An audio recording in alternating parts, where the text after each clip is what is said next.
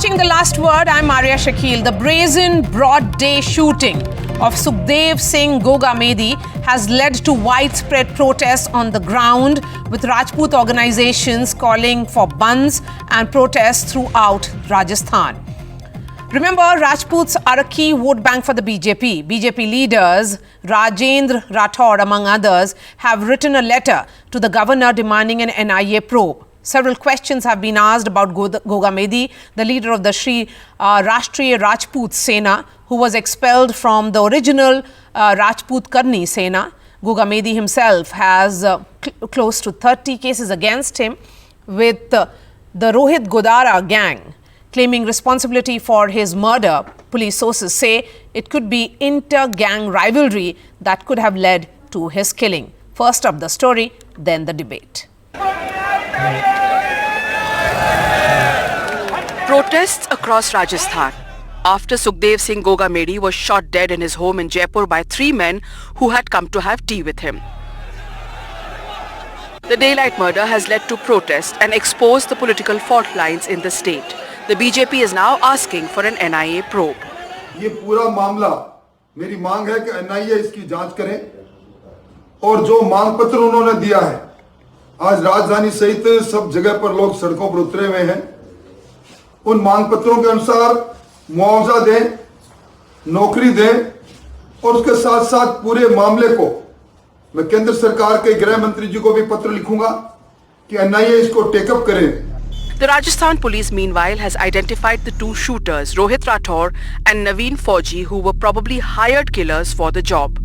सबसे पहले प्रायोरिटी है कि एक तो जो दो शूटर्स है उनको पकड़ना है, एंड देन इसकी जो भी कॉन्स्पिरेसी है, जो रीजन से मोटिव है, उसको अनरावल करना है और जितने भी लोग इन्वॉल्व हैं उनको अरेस्ट करना है, अरेस्ट करके एंड देन इसको केस को फास्ट ट्रैक में ले जाके जल्दी सजा कराना. That is the first priority. What could be the motive for Gogamedi's murder? If police sources are to be believed, the Rohit Godara gang that indulges in murders for extortion and land grab appears to have had some kind of rivalry with Gogamedi. There are 30 criminal cases against Sukhdev Singh Gogamedi. These range from murder, extortion, loot, abduction, kidnapping to even the NDPS Act. He has cases against him for illegal arms, and the last case registered against him was in 2016 for extortion. The brazen shooting of Sukhdev Singh Gogamedi, leader of a fringe Rajput outfit in Jaipur, has brought to the fore the fault lines in the political landscape of Rajasthan, with Rajput groups calling for bandhs and protesting on the streets of the state.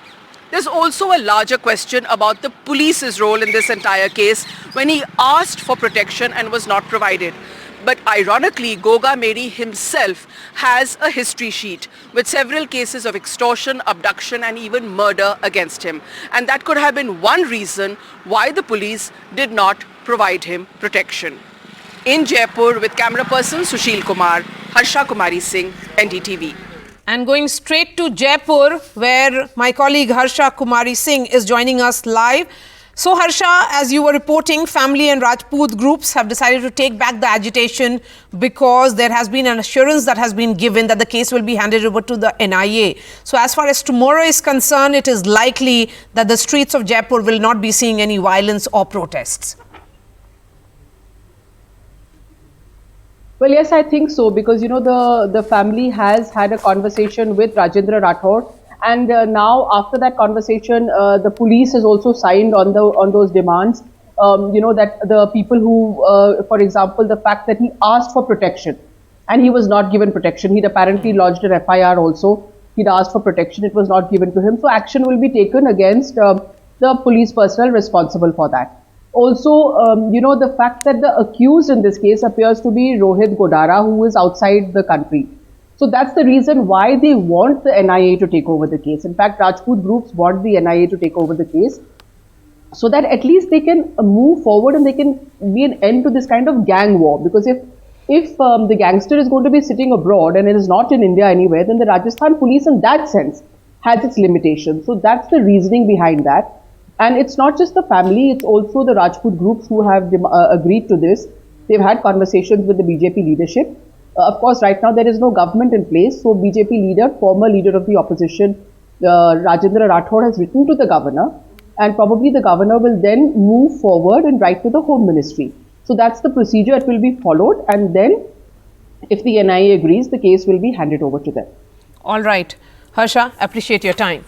Bhavani Singh Kalvi is son of late Lukender Singh Kalvi, who was the founder of Karni Sena. He is also a leader of the BJP. We have B.L. Soni, former police commissioner of Jaipur.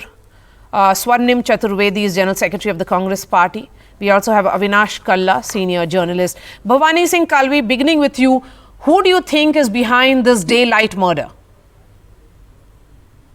Well, as Harsha ji has already mentioned the name and the gang, so it's that I would say in particular, but then mainly I would say the accused should be the person, because since the Punjab police has already informed the Rajasthan police way back, nearly 10 months back, that something like this is in the pipeline and can happen, and no precautions were taken, no safety or no special security was given to Sukhdev ji. So I think that's something major that the government needs to look into. Have you spoken to the family or friends of Gogamedi? What exactly are they saying? Well, I have been at the site, the hospital where all this was happening, and where the body is, and where the family and all the big mass, and that's where the huge crowd had gathered up today.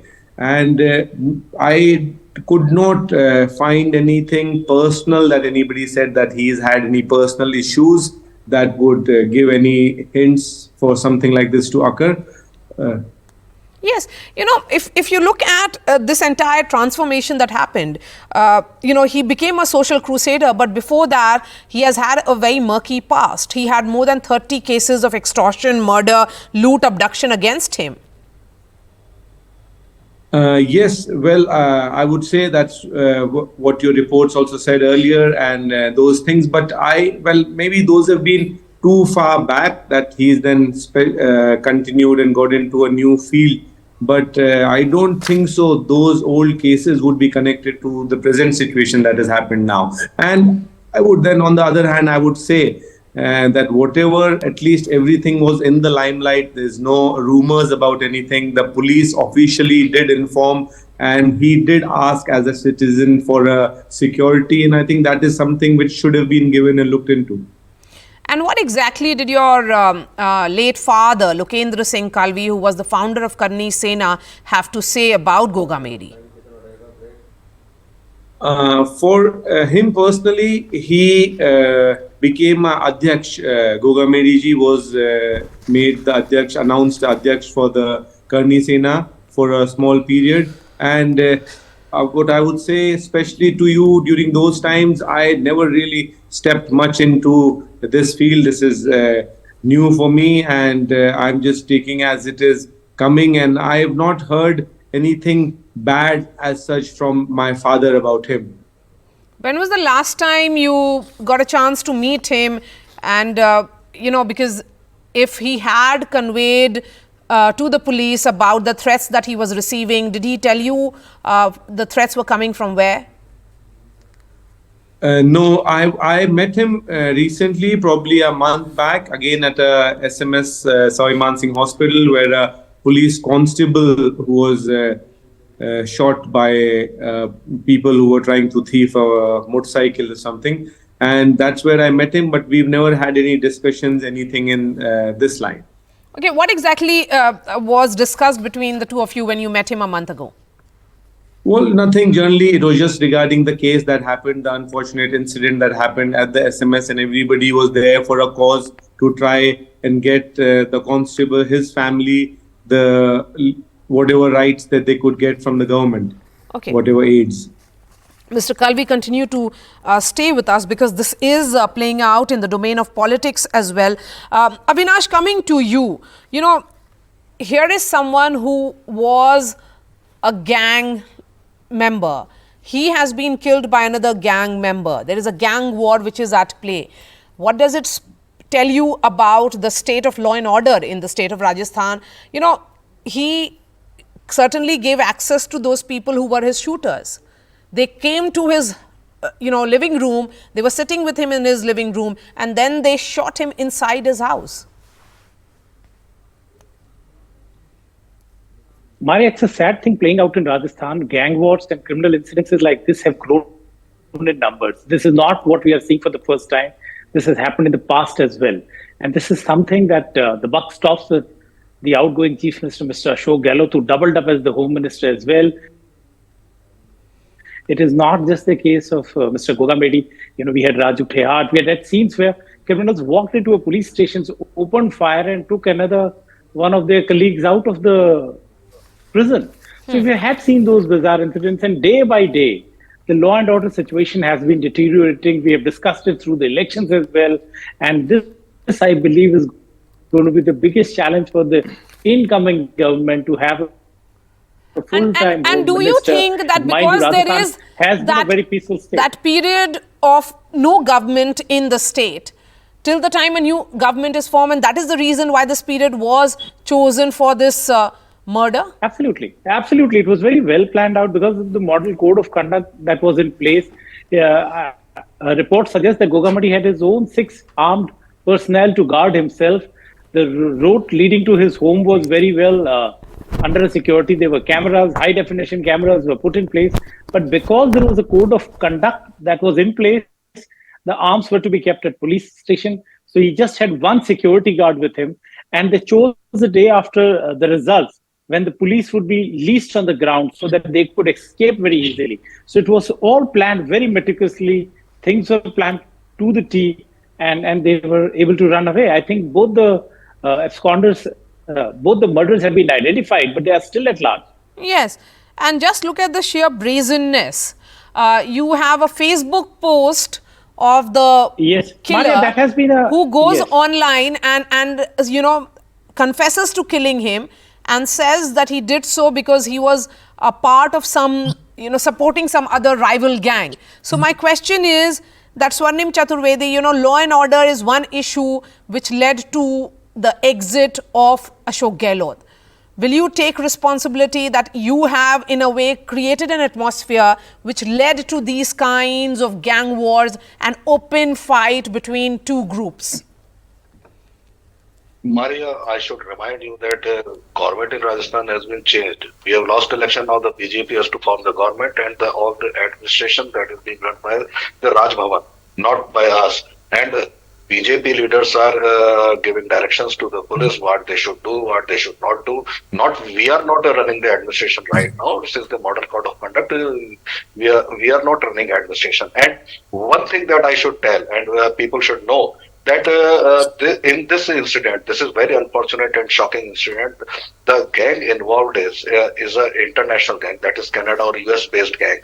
And 2 years back, while investigating, Rajasthan police informed center that this gang is involved in anti-national activities. This gang is involved in activities such as killings and extortion. So we gave input to central government. Even now, the BJP leaders are asking for investigation by NIA. So we already informed the central government, but what steps they have taken, they should reveal us. Why they have not nabbed these gangsters so far? They should tell us, because the gang that is based outside of India, we can't take action against the international gangsters. We can't take action against the Mr. Chaturvedi, respond to what Avinash Kalla has been saying. What Avinash Kalla said, that yes, this may have got the caught the imagination of the entire country because of the profile of the person who has been killed, but similar incidents have happened in the past, in the last few months in Rajasthan. So he's raised questions on Ashok Gehlot's government. No, in the past, whenever a certain incident happened, we nabbed the killers or we nabbed the accused or criminals within hours. So now the Rajasthan police that is taking shots from the BJP leaders, they should tell us what they are doing. They should ensure safety and security of the people in Rajasthan. They should ensure, instead of making a statement like that, now we will encounter all the criminals, now we will gun down all the criminals, they should have taken measures. Right now, we are not running the administration, and since the model code of conduct, the central agencies are at the helm of the administrations. So why they are blaming us? Okay, will you respond to this, Mr. Kalvi, Bhavani Singh Kalvi? You would the voice is cut. Can you repeat, please? Yes, my question is what is being said by the Congress spokesperson on the panel, that it is now for the BJP to take care of law and order situation, and if such a day was chosen, and then where was the administration, because the administrative responsibilities goes to the state government right now, which is in a state of flux obviously. But the larger question will also be, Swarnim Chaturvedi, that every time Gogamedi communicated to the cops that there is threat on his life, that he was getting those calls, what steps were taken by your police to ensure that he is protected? I think the input was given by the Punjab government. The Rajasthan government evaluated the threat, and Gogamedi ji was allowed to keep his personal bodyguards. He had the bodyguard, but they were asked to deposit their arms and ammunition to the police station after the model code of conduct. But I know the rule is that if there was a threat, and they would have evaluated, the election commission would have evaluated, and they would have let them have their own arms and ammunition with them. So I think the BJP should not blame Rajasthan government. Instead, they should reveal what steps central government has taken to nab the international gangsters, what steps they have taken after the input was given 2 years back from the Rajasthan police. Mr. Kalvi, will you respond to this? The government at the center is the one who has to look at if there are calls, threat calls that are coming in from international gangsters, then it is the central government's responsibility. Well, you can, now instead of playing a blame game here, I think it's very important and it should be very wise that we need to take the responsibility what has happened, and it's definitely happened during the time of Congress, and as you say, the situation is in Stay with us, right Mr. now. Kalvi. In fact, Gogamedi's wife is speaking. Let's listen in to her. Okay.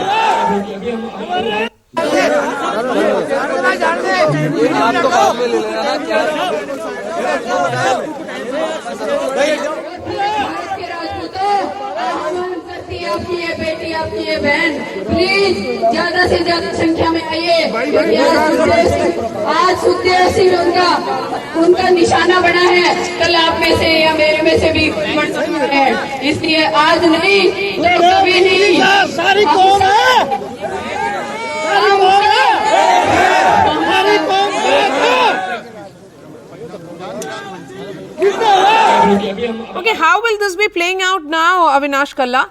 Here is his, widow now actually requesting people to come out and support her.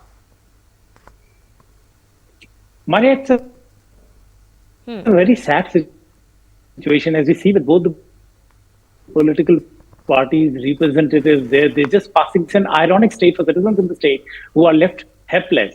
Over the period of time, all through the election years, we have seen different castes and communities holding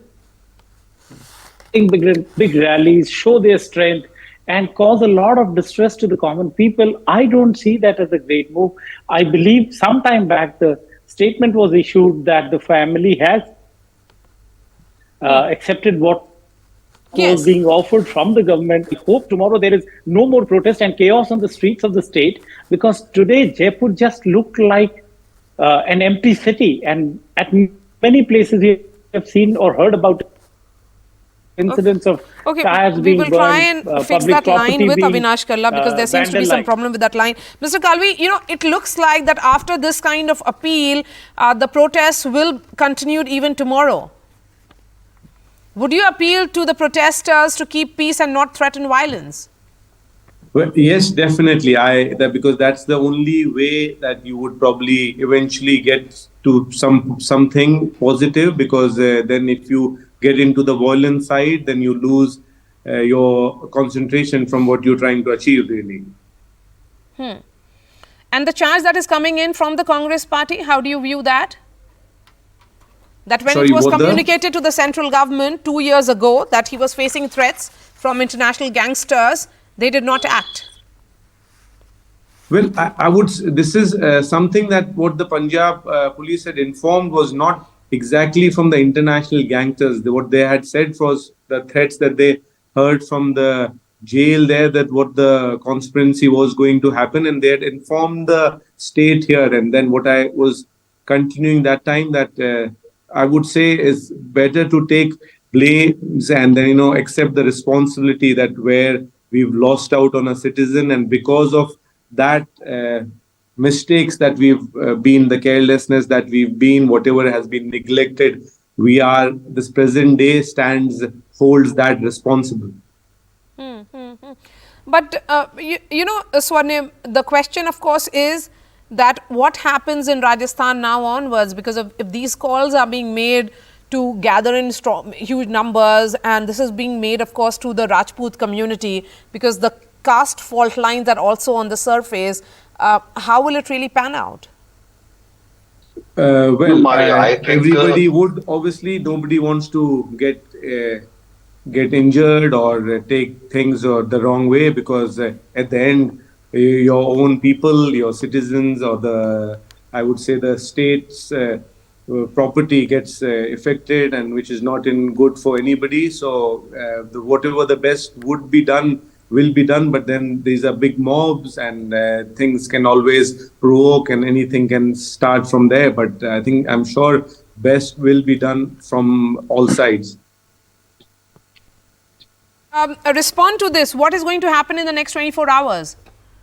Because, of course, the investigation is a subject of time, and the family members, as we were told earlier on this show, that they have agreed to call back their protest because the demands of an NIA investigation has been agreed upon. That is something which, because we only heard Ms. Gogamedi's wife, the widow, probably saying a statement which we don't know the reason yet, that what is the thing there for disagreeing.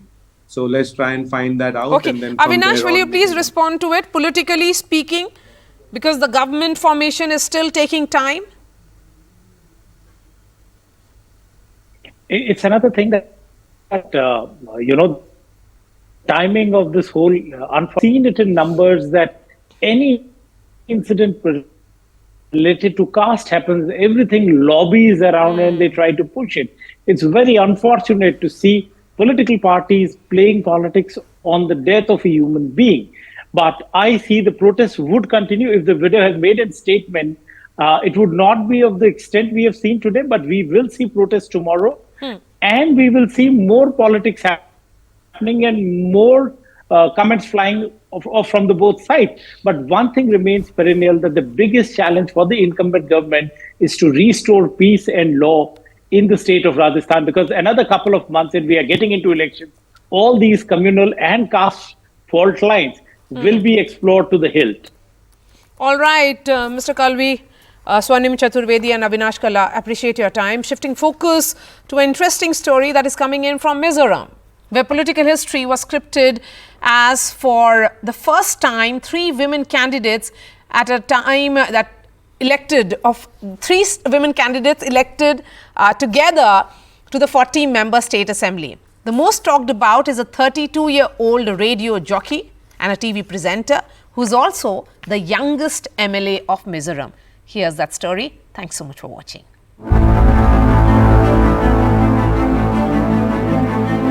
This 32-year-old radio jockey and TV presenter turned politician, Beryl Vanesangi, extremely popular in Mizoram, is now the youngest woman MLA to be elected to the Mizoram Assembly after winning from the Aizawl South 3 constituency. After her victory, the famous social media influencer says more women need to be involved in governance. Even if you're girl or female, it doesn't mean that this has to stop us from doing something that we like and we are passionate about. So I would like to encourage, and also I would like to send a message to all the female in any community and society that if you want to go for it, then you can go for it. So let's all, but we have to have the passion and we have to, have the dream about it. And then it's possible. Anything is possible. Mizoram has elected a record 3 women to the State Assembly this time. Mizoram People's Movement candidate Lalrin Pui won from the Lungle East constituency, while Pravo Chakma of the Mizo National Front won from the West Tuipui seat. Women representation in the 40-member Mizoram Assembly, though, is still an abysmal 7.5%. While female voters outnumber men in Mizoram, their representation inside the assembly and government has been dismal. With the Christian-dominated Mizo society following a patriarchal culture, Mizoram's main political parties hardly nominate women candidates in most elections. For instance, in 2023, just 16 women fought the polls. Mizoram got its first women legislator way back in 1978 and the first women minister in the year 1987 and the second women minister only in 2017. In a state where women voters outnumber men, the representation of women inside the assembly and in the government had been rather dismal. But this time, with the election of 3 women candidates, perhaps a wind of change is blowing in Mizoram. In Guwahati, Ratnadeep Chaudhary for NDTV.